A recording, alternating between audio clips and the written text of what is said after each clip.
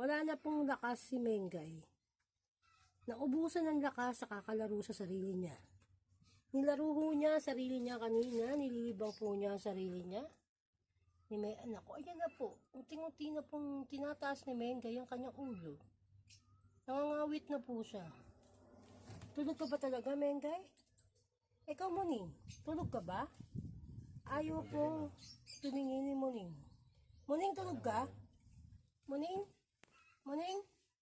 Ayan, nangisnab po si Muning. Ayaw po niya mamansin. Pero pagdating po sa buto, Muning, may buto tayo, Muning. Ay, ito na, pagkain ni Muning. Ayan na po. Nakarinig lang po siya ng konting salitang pagkain. Gumising na po si Muning. Pero si Mengay, wala pa rin pong energy.